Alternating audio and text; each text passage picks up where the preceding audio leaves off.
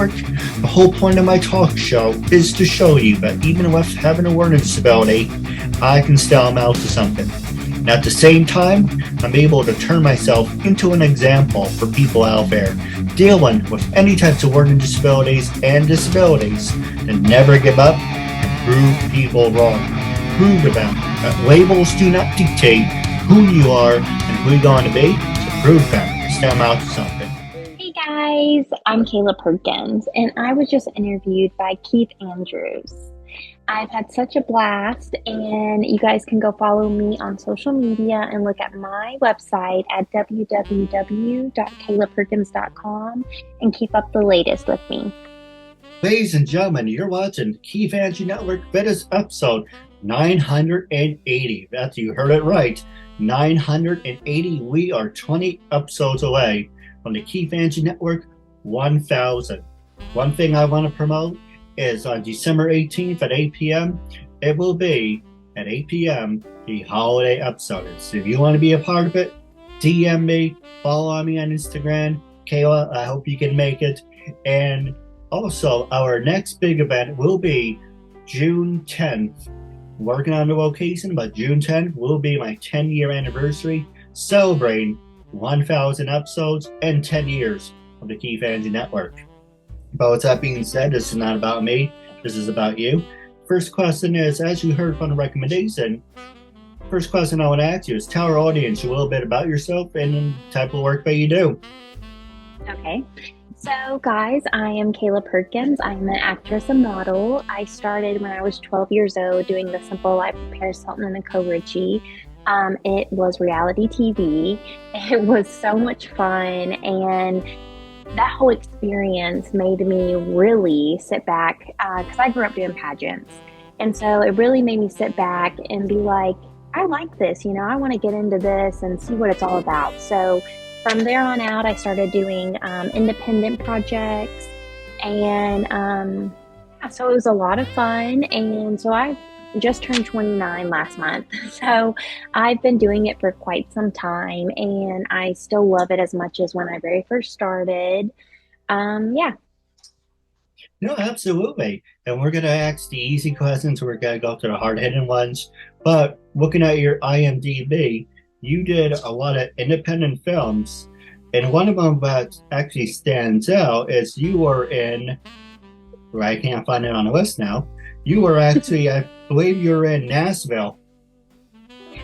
Yes. It's so funny. I feel like every project, that even good or bad ones, but, I feel like there's always a funny story behind a lot of things. And it's so funny because they had sent me an email to come to this place for an audition, and I'm like, what? So all these people were there, and so I'm like, what is going on exactly? I had no clue. So, we're all sitting around, and they made us line up like a pageant. And so I was like, I'm familiar with this. So we all stood there, and it's so funny because the two girls that were beside me, I told them, I said, they both keep staring over here at you. Well, because they for real looked like they were. Well, come to find out, they ended up choosing me and I think 5 of us, if I remember correctly. And we got to play Hayden Panettiere's entourage in the show. So anything she was doing as far as, partying, drinking, going shopping or whatever she was doing in this scene, we all got to be there.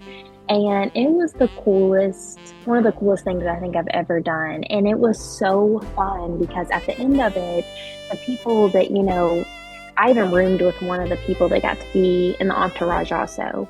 And so it made me sad because I was like, here we are, not knowing these people. And now we're like a little group, family to play our entourage. So it was just a lot of fun. But Hayden Panettiere is amazing. And I loved watching her act. So, yeah. And you were also in Big Mama's house. Yes. We it filmed in Atlanta, and we got to be in, I think, 1 or 2 of the scenes. So it was very interesting set and stuff. I'm going to ask you a lot of, what do you say, interesting questions. But We're going to have fun with it. Don't mind me. I just had a complete brain fart. You're completely fine. So the first question I want to ask you, going back to icebreakers, and that's the first thing we're working on, is because you don't know me for a hole in the wall. So it's icebreakers for all our questions. Anyway, I don't think before speaking, diarrhea in mouth. Question I want to ask you is, what did you major in? And I know you are an actress, and I know it sounds like an oxymoron. Did you major in acting, or did you have a plan B? What else did you major in? So I actually, growing up, I went to school, like everybody else, and then I homeschooled because I went to California 2 different times before I got out of high school. So homeschooled and then came back my senior year, walked with my class, and then I went to college. But it's funny, it was completely for like health-wise, like medical coding, billing, stuff like that. And so I did that as I was acting. And so, along the way, I did jobs that were in that field, but I truly always, I still did acting as I did that because I always was like, I'm sure you and everybody in the world knows this, but you work a job and you feel, I don't want to say unhappy, but you feel happy, but you know in the back of your mind, like, I'm meant to do what I love. And I've always had that with acting. And, anytime in life I'm like it's, I don't know if you've ever had this experience, but it's kind of like, I call it the adrenaline rush when I'm on set and when I get off set. And even, days later when I think back to what I had to do on that set, I'm like, I just feel this overwhelming joy and adrenaline. And so I did go to school, but my focus in life has always been acting. And so, I do have a plan B, but I like to stick to plan A. No, absolutely. It's really important to have a plan A, B, C. It's always the joke I always was told. It's you tell God you have plans, and all He does is laugh at you. And it's easy you say you have all these different plans till you get punched in the face. So it's always great to have multiple plans. Now, do you ever want? And for you, or for me, for when I'm married, I want to do this for the rest of my life. That's plan A. Plan B, I do enjoy being around animals. Dogs, cats, not people. And so I was thinking about being an animal trainer. Couldn't keep a straight face when I said that. Be an animal trainer. That's my plan B. I've been in positions where I have to work this job. I really don't like this job. I don't want to be here. And like you said, your mind's like, you can be somewhere else being so much better. But you, like the expression, you have to eat shit. Not actually, that's disgusting. But you have to eat shit to get where you have to go. And you have to do things you don't want to do to get to that point. The point I'm trying to make is I worked in a retail store. And it doesn't matter if you hate it or anything. You don't know who you're going to meet. So you have the first 10 seconds to make an impression on somebody.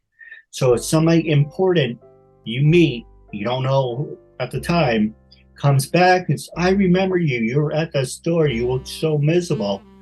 But here's an example. I used to work over at Walmart. Everyone used to say, I hate this place. I hate it here. But I was the only cashier with a smile on my face.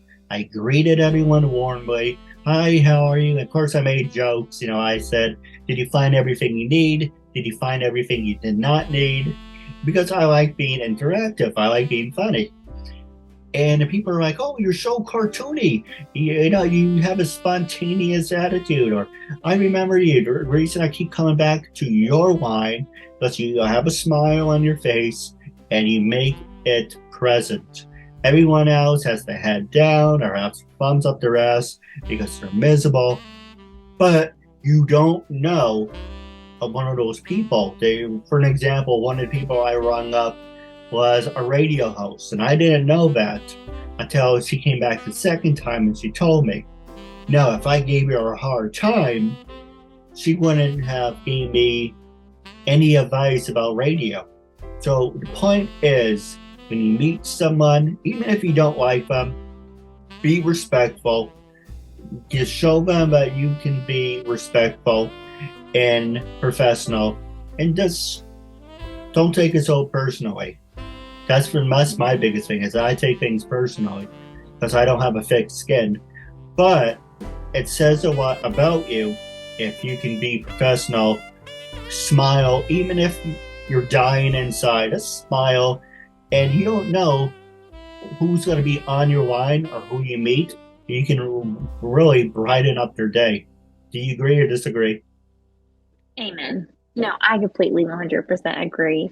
Yeah, I think if everybody could be like that in life, it'd be great. But yeah, I'm super big about like, I guess I'll explain it as in like I'm super big about, mental health is a big thing to me. And I feel like so many people in life, I mean, you just don't know what anybody's going through.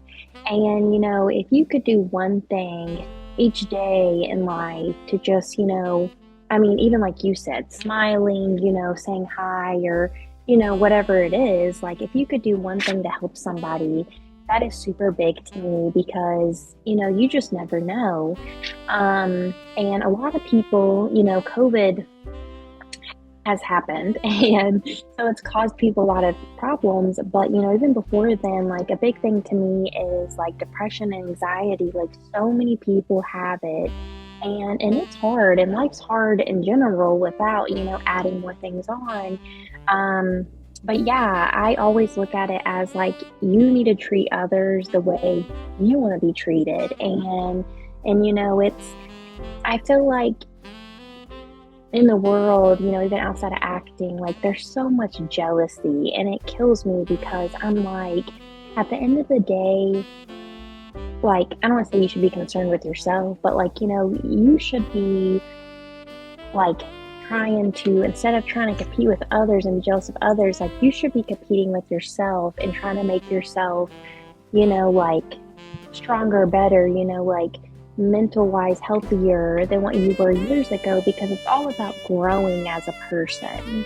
I don't know if any of that makes sense, but that's super big to me because I'm like, when you look back, like you realize you've gotten somewhere different in life, you're on a different path. You might be happier or sadder or whatever, but you've gotten over things that, maybe you thought you could never get over.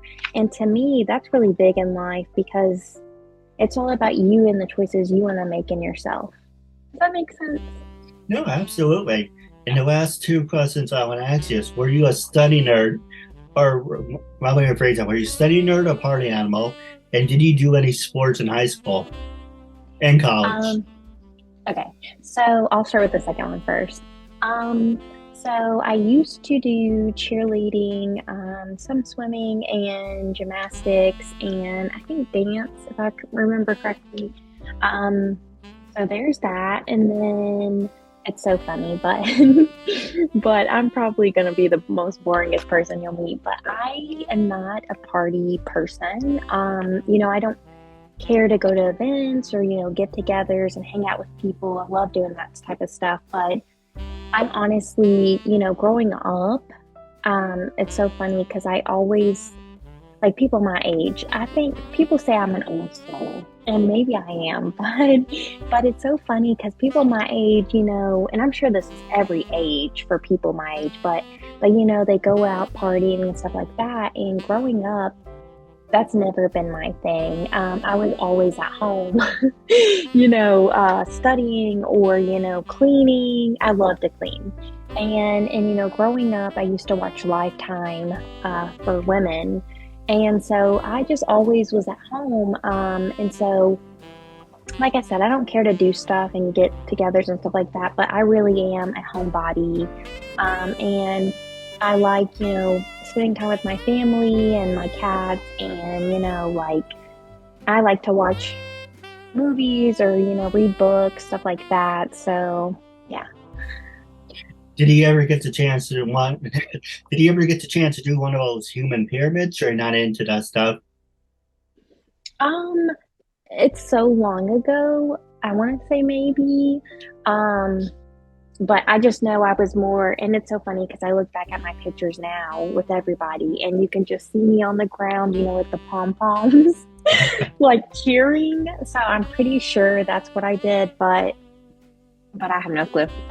I love that stuff. I'm a loser. Oh, no. So, definitely not. So I'm going to ask you some hard questions. I can't even speak. Might be the caffeine. I'm going to ask you some hard-hitting questions, and I want you to be brutally honest. So the first one I want to ask you, for people with learning disabilities that want to follow in your footsteps, what's difficult about acting for you, and what are some of your advice you would give them? This is kind of a hard one. So, and I don't know if you're already going to ask this later on, but I don't know if you saw from my Facebook or not, but I have a little boy. He is 9 years old, and he actually has a disability. And so to me, people that have disabilities or, kids or whatever, it means a lot to me about stuff like that, because it was honestly one of the hardest things that I've ever had to go through in life. And I love him to death. But it was extremely hard for me to have to go through that, because I don't have a disability or anything.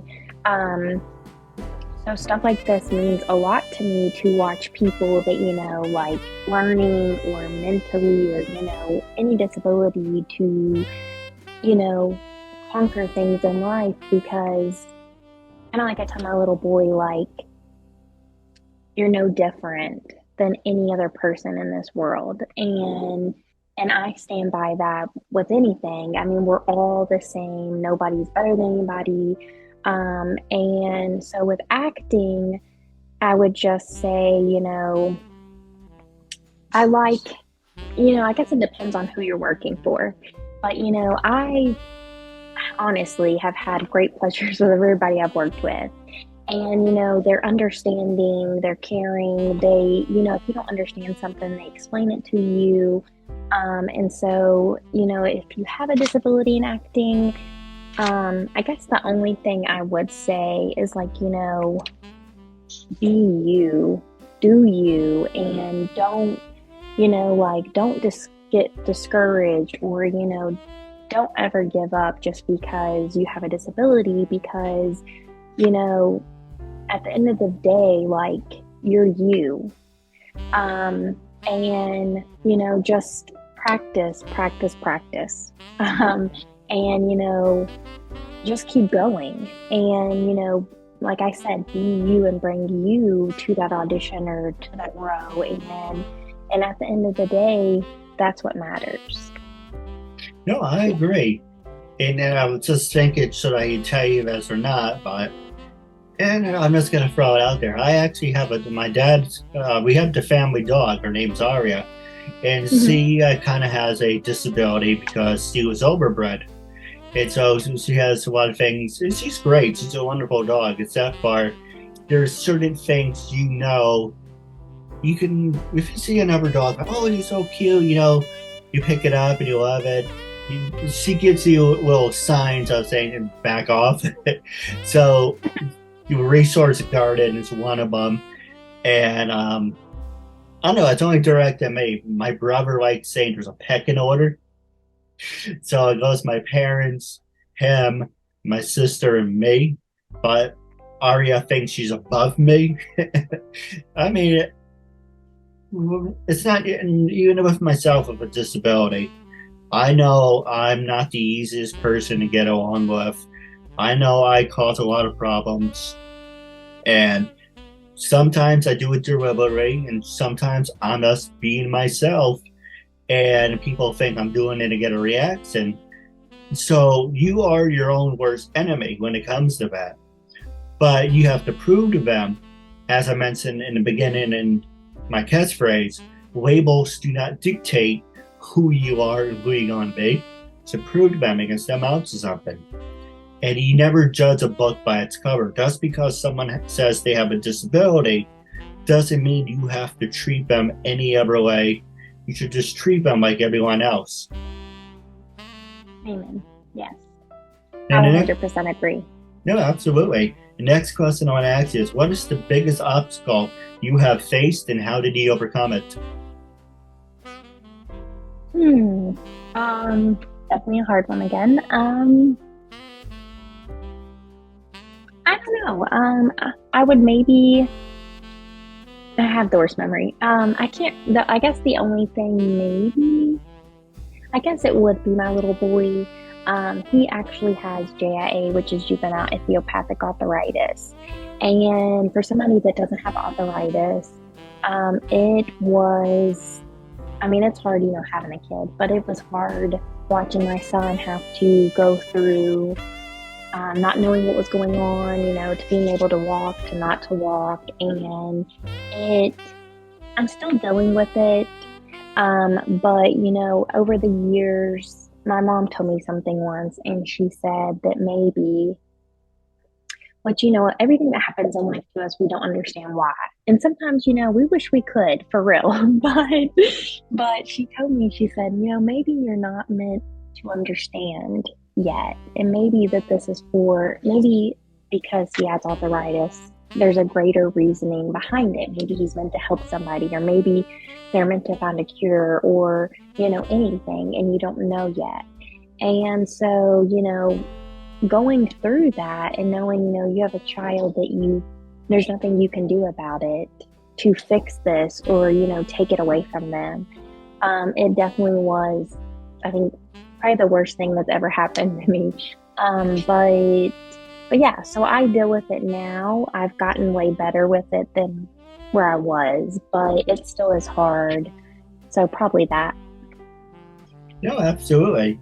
And what is the most rewarding part as being an actress? To me, rewarding is, I think there's two things. One is, getting to read a great script and getting to bring it to life is one. I feel like if you can do something that, regardless, like if it's the character or, like whatever the character's doing, like if somebody in this world is going through what this character's going through, or, the movie's about, or anything, and you can help anybody in life, to me, that is very rewarding. I had to do it was a kind of like a short, but it was called A Promise to Alexa, and it was about suicide awareness. And like I said, I'm very big about mental health. And so we did this film, and, I was like, at the end of the day, I was like, if it helps one person in this world, be like, I shouldn't. That's what I think is rewarding about it, because you just never know what people are going through. And the other part I would say is just getting to be a little family with the people that you're working on this project with, because there's so many projects that I do, and I'm sure this is for everybody that acts, but you get so close to these people, and you work 24/7 with them at the time, and you guys get to learn about each other. And I'm an only child, and so I guess it was 2 films ago there was a girl, and she was like one of my best friends in it. And I told her, I said, I for real feel like you're the sister I never had. It made me cry because I was like, you get so close to people, which is great because, it brings it out on camera. But yeah, it's just, it's like you don't know these people, and, you start filming, and then it's like, you become this family with these people, and you get to learn about them. And then even after filming, you guys get to add each other on social media, get each other's phone numbers, and you get to talk to each other, and maybe like do stuff together. And so it's really cool to do that. No, absolutely. I do have a couple questions for you off the air. But the first question I want to ask you, I want you to be brutally honest. When I first approached you to be a guest on my talk show, what made you say yes? How do you feel now? And would you invite every single person fans, family, and networks, to be a part of my network? So I I love to do interviews. But when you asked me and was talking to me and stuff, I really wanted to do it because just the whole thing of I liked your content and I really like the aspect. I think I said this earlier, but I really like the aspect of you doing what you're doing, even though you have a disability and all that. It means the world to me to see people live out their dream and what they want to do, regardless of whatever's going on in their situation.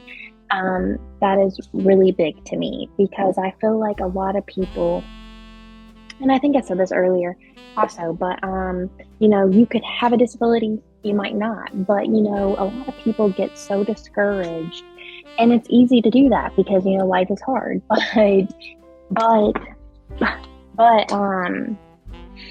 but just that whole aspect of it, that's why I really wanted to do it. Well, let me ask you this, and that's I want to throw my 2 cents in. Do you find people to be hypocrites? I don't know. Honestly, I think maybe years ago. But I feel like, and I could be wrong, but I feel like the whole world of the social media and like TikTok and how things are coming, like I feel like people are more, I'm gonna explain it, like people are more, I guess, free, kind of. I feel like it's not the way it used to be a long time ago. So, and with having my son have the problem he does, a lot of people that I've met, I don't think so. But you never know. That's true. Now, I do have a couple questions for you off the air, but what's the last 3 minutes? What's coming up on the horizon for you, and where are you heading to next? So I will be working on Pure and the Damned. It's a TV series kind of close where I live. And then I did the Lazarus Game short, and they will be doing a feature this coming year. And I will also be working on a TV show called The Minus Cove. So I'm going to do that today. Right before our interview, I actually was doing a short called Surviving Tragedy. So that will be coming out maybe later this month, if not January. So yeah. No, absolutely.